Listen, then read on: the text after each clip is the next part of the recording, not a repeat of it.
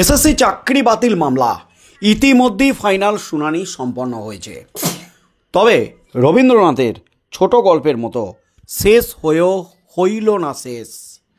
অর্থাৎ ফাইনাল শুনানি শেষ হওয়ার পরে যখন গোটা রাজ্যবাসী তথা 26,000 বাতিল হওয়া শিক্ষক শিক্ষিকা শিক্ষাকর্মী তারা রায়দানের জন্য অপেক্ষা করছেন প্রধান বিচারপতির। কারণ প্রধান বিচারপতি কবে রায়দান করবেন সেই দিকেই যখন তাকিয়ে গোটা রাজ্যের লক্ষ লক্ষ মানুষ থেকে শুরু করে হাজার হাজার শিক্ষক শিক্ষিকা, তাদের ভবিষ্যৎ কি হবে? 26,000 শিক্ষক শিক্ষিকা শিক্ষাকর্মী চাকরি কি বাতিল হবে, নাকি যোগ্যদের চাকরি বহাল থাকবে, শুধু অযোগ্যদের চাকরি বাতিল হবে?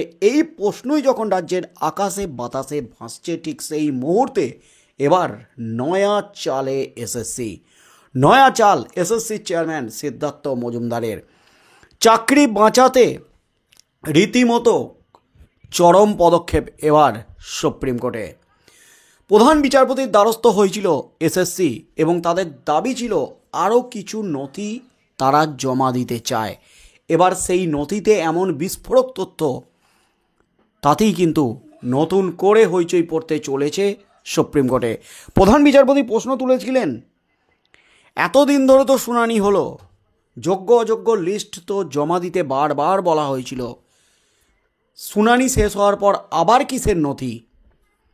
তবে সুপ্রিম কোর্টে এসএসসির আর্জির পর সেই নথি জমা দিয়েছে বা সেই নথি জমা দেবার সুযোগ দেওয়া হয়েছে এসএসসিকে। তবে স্পষ্ট করে দেওয়া হয়েছে নথি জমা দিলেও সেই নথি গ্রাহ্য হবে কি না সেটা কিন্তু বিচার করবে সুপ্রিম কোর্টের বিচারপতিরা, তারপরে কিন্তু সেই নথি গ্রাহ্য হবে। তার মধ্যেই কিন্তু সুপ্রিম কোর্টে রীতিমতো ঝড় উঠে গেছে। যোগ্য অযোগ্য যেহেতু বাছাই করা যায়নি, তাই চাকরি বাতিল হয়ে যেতে পারে 26,000 শিক্ষক শিক্ষিকা শিক্ষাকর্মীর, এমনই কিন্তু মনে করছেন আইনজীবী মহলের একাংশ। আইনজীবী বিকাশ রঞ্জন ভট্টাচার্য থেকে শুরু করে ফিরদৌস শামীম, একাধিক আইনজীবীরা তারা বিস্ফোরক দাবি করছেন যে ঢাকি সমেত বিসর্জনই হয়ে যেতে পারে। আর এবার কিন্তু চাকরি বাঁচাতে এবার নয়া চালে ফের সুপ্রিম কোর্টে যা বিস্ফোরক তথ্য দিতে চলেছে এসএসসি, সেই তথ্য সামনে আসতেই রীতিমতো হইচই গোটা রাজ্য জুড়ে। 26,000 শিক্ষক শিক্ষিকা চাকরি বাতিল মামলায় এবার সোমবার নোটস অফ আর্গুমেন্ট জমা দিতে চলেছে স্কুল সার্ভিস কমিশন সুপ্রিম কোর্টে, এমনই কিন্তু খবর উঠে আসছে। শীর্ষ আদালতে কমিশন ইতিমধ্যেই নানা অভিযোগে বিদ্ধ, তবে সময়ের অভাবে সেই সব অভিযোগের জবাব দেওয়া যায়নি, এমনটাই দাবি কমিশনের। এই পরিস্থিতিতে এসএসসির আইনজীবী জয়দীপ গুপ্ত প্রধান বিচারপতি সঞ্জীব খান্নার কাছে নোটস অফ আর্গুমেন্টস পেশ করার আর্জি জানান মঙ্গলবার। আদালত তাতে সম্মতি দিয়েছে। এই উদ্যোগ বঞ্চিত চাকরি প্রার্থীদের পাশাপাশি 2016 বিজ্ঞাপনে চাকরি পাওয়া শিক্ষক শিক্ষিকাদের একাংশ প্রশ্ন তুলেছেন, শুনানি শেষ হওয়ার পরও কেন নতুন করে এসএসসিকে আবার সুপ্রিম কোর্টের দ্বারস্থ হতে হলো? শীর্ষ আদালতে এসএসসির বিরুদ্ধে শেষ দুদিনের শুনানিতে অসংখ্য অভিযোগ তুলেছেন বঞ্চিতদের চাকরি প্রার্থীদের আইনজীবীরা। তার মধ্যে রয়েছে যোগ্য অযোগ্যদের আলাদা করতে না পারা, অযোগ্যদের সংখ্যা নিয়ে রাজ্য সরকারের সঙ্গে কমিশনের তালিকার পার্থক্য প্রচুর। অভিযোগ, কলকাতা হাইকোর্টের বিচারপতি দেবাংশু বসাক ও বিচারপতি মোহাম্মদ সাব্বার রশিদির সঙ্গে সহযোগিতা করেনি কমিশন। পাশাপাশি অভিযোগ, কমিশন নাকি হাইকোর্ট ও সুপ্রিম কোর্টে একাধিকবার অযোগ্যদের তালিকা বদল করেছে। সূত্রের খবর, সুপ্রিম শুনানিতে এসব অভিযোগের জবাব দেওয়ার কোনো সময় পায়নি এসএসসি। সব মিলিয়ে দুদিনে মাত্র 18.5 মিনিট সলভ করেছেন কমিশনের আইনজীবীরা। এমনকি শেষ দিন 10ই ফেব্রুয়ারি মাত্র 3-3.5 মিনিট সময় পেয়েছেন কমিশনের আইনজীবী। কমিশনের বিরুদ্ধে ওঠা এইসব অভিযোগের জবাব দিতেই সোমবার জমা পড়বে নোটস অফ আর্গুমেন্ট। যদিও বঞ্চিত চাকরি প্রার্থীদের আইনজীবী বিকাশ রঞ্জন ভট্টাচার্য সব দাবি খারিজ করে তিনি বলেন, মামলার শুনানি মিটে যাওয়ার পরও এসএসসি যে নতুন করে নোটস অফ আর্গুমেন্ট দিচ্ছে সে ব্যাপারে আমাদের কাছে কোনো তথ্য নেই, এমনকি আমাদের নোটিশও করা হয়নি। তিনি জানান, মামলার লাইভ স্ট্রিমিং দেখলেই বোঝা যাবে কমিশন, রাজ্য এবং মধ্যশিক্ষা পর্ষদ কতক্ষণ সময় পেয়েছে। কমিশন সূত্রে জানা গেছে কর্মরত যোগ্য শিক্ষকদের ন্যায় বিচার দিতেই এসএসসির বিরুদ্ধে শেষ মুহূর্তে ওঠা অভিযোগ খণ্ডনে মঙ্গলবার প্রধান বিচারপতির বেঞ্চে অঙ্কিতা অধিকারীর মামলা শুনানি চলাকালীনই তাদের আইনজীবীরা সময় চেয়েছেন। তাছাড়া আদালতে শুনানির পর নোটস অব আর্গুমেন্ট জমা দেওয়া খুবই প্রচলিত পদ্ধতি।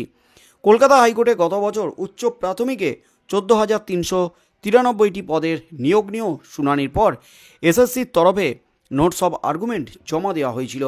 পিটিশনারদের তরফে দাবি করা হয়েছিল তাদের 15 জন আইনজীবীকে 30 মিনিট সময় দেওয়া হয়েছে, যাদের একবার চাকরি বাতিল হয়েছে, আবার বাতিল হওয়ার আশঙ্কা রয়েছে, অথবা নির্দোষ হলেও যাদের নিয়ে অকারণে আদালতে প্রশ্ন তোলা হয়েছে তাদের হয়ে জবাব দিতেই এই নোটস অফ আর্গুমেন্ট জমা দেওয়া হচ্ছে।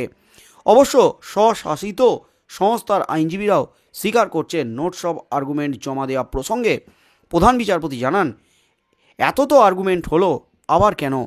এসএসসির আইনজীবী বলেন, আমাদের বিরুদ্ধে ভিত্তিহীন অভিযোগ তোলা হচ্ছে, তার জবাব দিতে পারেনি সুপ্রিম কোর্টে, তাই এই পদক্ষেপ।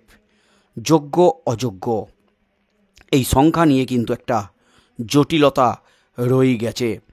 রাজ্য সরকার, এসএসসি, মধ্যশিক্ষা পর্ষদ এবং সিবিআই তারা কিন্তু নিজেদের মতো যে যা পেরেছে যোগ্য অযোগ্য সংখ্যা জানিয়েছে সুপ্রিম কোর্টে, তাই নিয়েই কিন্তু জটিলতা সৃষ্টি হয়েছে।